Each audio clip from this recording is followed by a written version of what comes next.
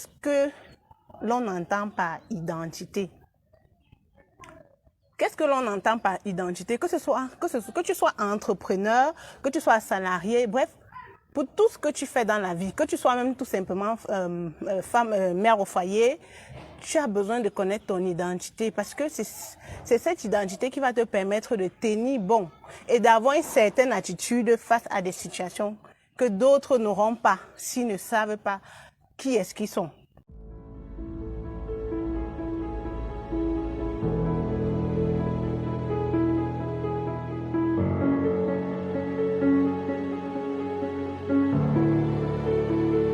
Donc l'identité, c'est cette source, cette origine que tu dois t'approprier pour pouvoir réclamer certaines choses. Prenons juste le simple exemple d'une personne qui vient d'une famille, je vais dire de royauté. Cette personne ne va pas se conduire comme une autre personne qui est, qui est aussi née comme ça, qui ne sait même pas d'abord qui est son père, qui est sa mère. Vous comprenez? Donc leur identité sera très très différente. Mais ici aujourd'hui, je vais vous parler d'identité en tant qu'enfant de Dieu. Parce que lors de mes accompagnements, lors de mes coachings avec beaucoup de mes clients, je me suis rendu compte que beaucoup ne savent pas ce qui veut dire l'identité. Beaucoup ne savent pas. Ici, quand on parle d'identité, il s'agit de ton origine, de ton appartenance. Mais détrompez-vous, il ne s'agit pas de l'appartenance. Par exemple, moi, je suis camerounaise de l'Ouest.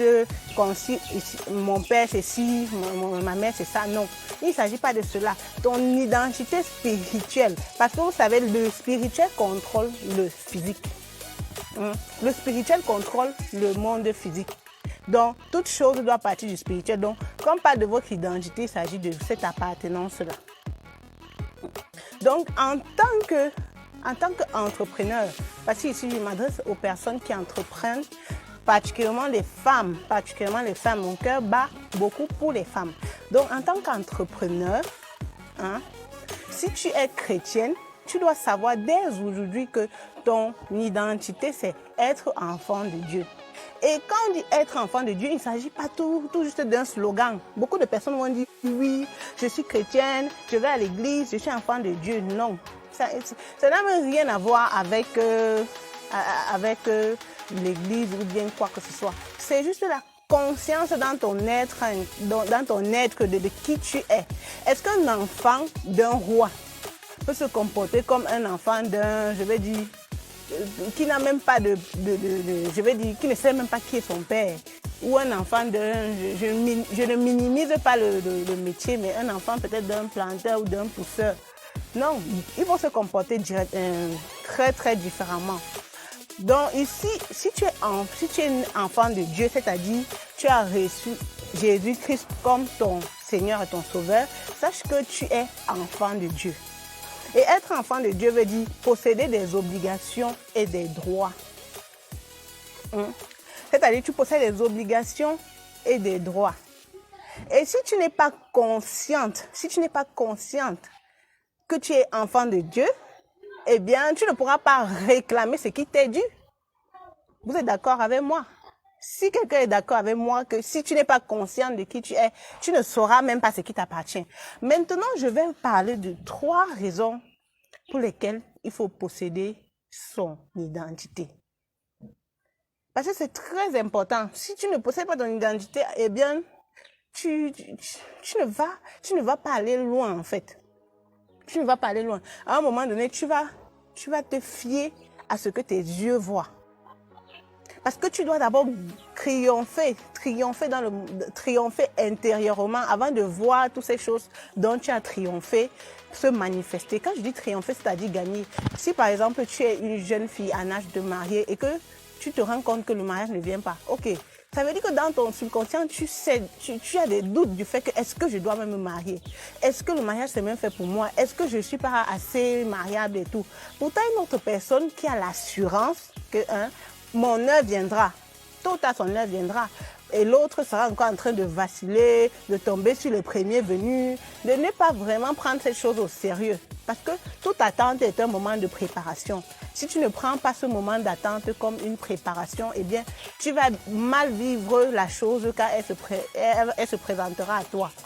comprends? Donc ici, je vous donne 3 raisons pour lesquelles tu dois absolument posséder ton identité. La première, c'est quoi? Si tu possèdes ton identité, tu dois pouvoir posséder ton identité pour rentrer pleinement dans ta destinée. Pour avoir même l'audace, le courage, la force de faire tout cela. Parce que cela ne vient pas de nos propres forces. Je vous assure, c'est pas naturel d'entrer dans sa destinée. Parce que la destinée n'est pas humaine. La destinée est divine. Qui dit destin dit Dieu. Qui dit Dieu dit comment dirais-je? Qui dit Dieu dit qui dit Dieu dit extraordinaire, pas quelque chose d'ordinaire. Qui dit Dieu dit surnaturel, voilà. Excusez-moi, je suis à l'air libre, il y a un peu des mouches. Qui dit Dieu dit surnaturel. Donc vous devez posséder votre identité pour rentrer dans votre destinée. Et oui, parce que sans ça, vous allez avancer et rentrer, vous allez vaciller. Vous allez commencer une chose et vous arrêter 1 an, 2 ans après. Pourtant, une personne qui est dans sa destinée est constante. Vous allez vous rendre compte que si une personne fait quelque chose depuis 5, 10 ans, vous allez vous rendre compte que cette personne est pleinement dans sa destinée. Parce que cette personne fait cette chose par passion. Le feu dévore. Vous voyez, donc par passion. Ce n'est pas quelque chose qu'on fait parce qu'on attend quelque chose en retour, mais c'est une libération. Parce que si tu te libères par un moment donné, tu vas étouffer. Vous comprenez un peu? Donc ça, c'est la première raison. Si vous voulez accomplir votre destinée, vous devez posséder votre identité. Maintenant, la deuxième raison pour laquelle tu dois posséder ton identité, c'est pour réclamer ce qui t'est dû.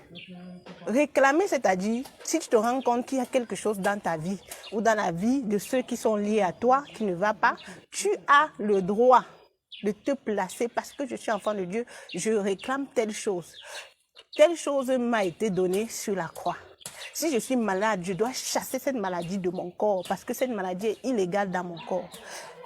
Il est inadmissible qu'un enfant de Dieu dise que, ok, je suis malade, je vais faire comment? Jouer à la victime. Quand tu fais ça, c'est comme si tu crucifiais Jésus 2 fois.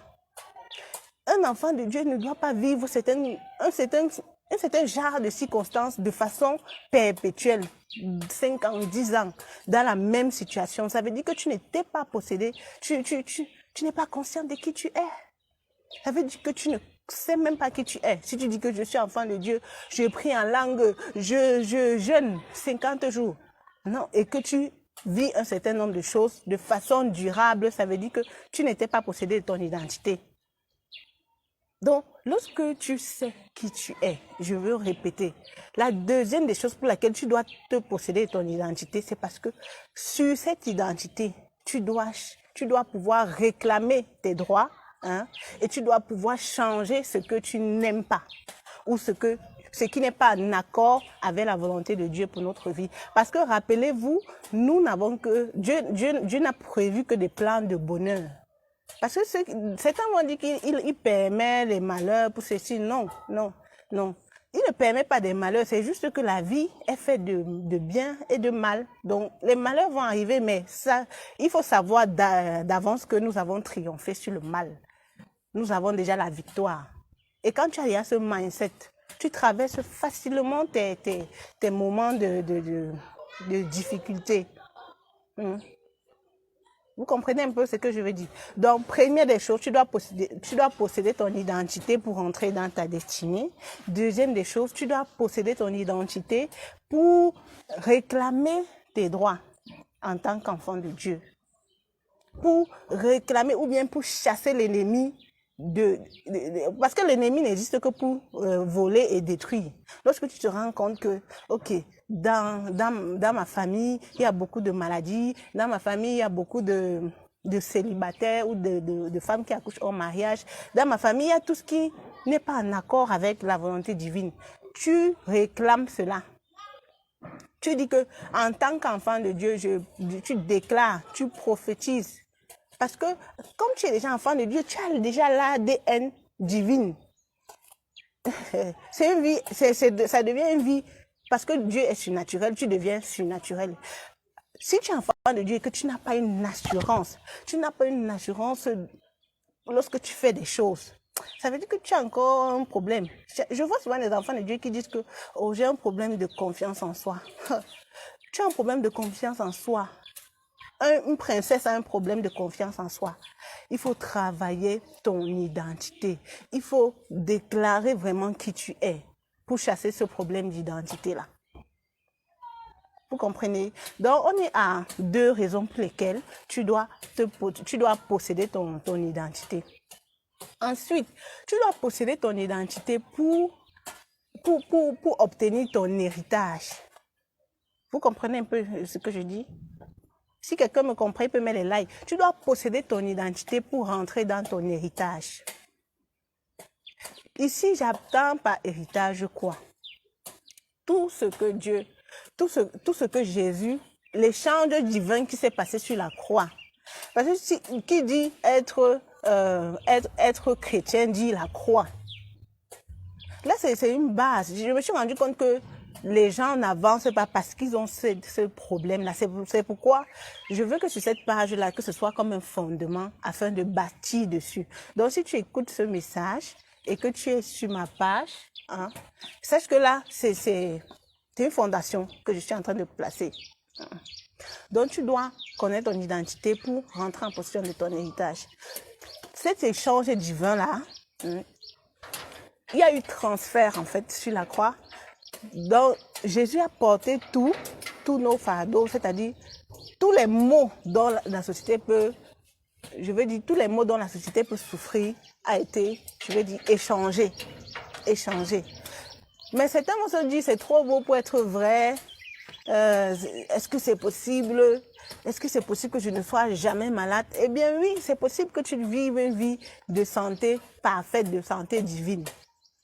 Donc, ce troisième point, c'est tellement important parce que tu dois pouvoir t'épanouir en tant que chrétienne. Chrétien ne veut pas dire que non, prier seulement et tout. Tu dois pouvoir donner envie aux gens de devenir chrétiens. Tu dois pouvoir donner envie. Parce que si tu ne t'appropries pas de toutes ces choses-là, c'est vrai que ça se fait de façon... la foi grandit. Et plus ta foi grandit, tu t'appropries de ces choses-là. Tu comprends un peu? Donc, plus ta foi grandit, plus tu comprends que, ok, je ne dois plus être à ce niveau où je dois toujours demander. Je dois être à ce niveau où je peux même être que celui qui donne aux autres. Je dois être dans la dimension du plus qu'assez. Je dois être dans la dimension de l'abondance. Et ici, il ne s'agit pas seulement de l'abondance financière, mais l'abondance même dans le domaine des relations, l'abondance dans le domaine de la famille. C'est-à-dire, tu dois être cet instrument où on vient puiser en toi. Mais tu ne peux pas l'être si tu n'es pas consciente de ton identité. Si tu n'es pas consciente de ce que tu as déjà acquis et qu'il faut juste réclamer. Donc, il y a la marche dans sa destinée, la réclamation et l'héritage. Il y en a plusieurs. Il y a plusieurs avantages de posséder son identité, mais ces trois principales, je vais dire clés même, ce sont des clés, hein, parce que si tu ne connais pas cela, hein, tu vas tourner en rond. Si tu ne connais pas cela, tu vas tourner en rond. Donc, pour rentrer pleinement dans les plans qui sont pour toi, tu dois connaître cela pour réclamer ce qui t'est dû. Lorsque tu attends une promesse et que ça tarde, quelle est l'attitude que tu dois adopter pour pouvoir rentrer en possession de ces promesses-là? Si tu ne connais même pas que, ok, voici mon identité, voici ce qui m'est dû. Et pour cela, peu importe le temps que ça prendra, ça va arriver. Et la troisième raison, c'est l'héritage. Parce que nous ne sommes pas orphelins. Qu'est-ce que vous allez dire peut-être de ceux qui n'ont ni père ni mère? Ils ne savent même pas qui ils sont. Ou bien de quel village, ou bien de quel pays ils sont. Il y a des personnes comme ça, des orphelins qui sont nés comme ça. Mais vous n'allez pas me dire qu'ils n'ont pas d'identité parce qu'ils n'ont pas de parents. Non. Ils ont une identité. Et parce qu'ils ont cette identité-là, ils peuvent s'approprier d'un héritage. Donc, vous comprenez un peu. Ça, c'est un message vraiment qui est comme un fondement pour toute personne qui veut entreprendre de façon durable, pour toute personne qui veut réussir de façon durable. Parce que beaucoup de personnes vont réussir aujourd'hui, demain, ils vont descendre. Vous comprenez un peu, c'est parce que la base n'a pas été là. Quand tu es conscient de cela, tu grandis de façon graduelle. Parce que plus tu grandis, plus ta foi aussi augmente. Dorénavant, votre identité n'est plus l'appartenance à une tribu quelconque. Ce n'est plus de qui est-ce que vous êtes né. Ce n'est plus vos diplômes. Ce n'est plus ce que vous faites dans la vie. Mais c'est cet ADN divin qui coule en vous. Si vous avez confessé la Seigneurie de Jésus comme votre Seigneur et votre Sauveur, c'est que vous êtes enfant de Dieu. En tant qu'enfant de Dieu, vous ne devez plus vivre n'importe quoi. Les tiens ne doivent plus vivre n'importe quoi. Ça peut prendre du temps, mais tu dois réclamer jusqu'à ce que cela vienne en manifestation. Bon, pour cela, je vais vous dire merci dans ce direct. Merci de m'avoir suivi et à la prochaine.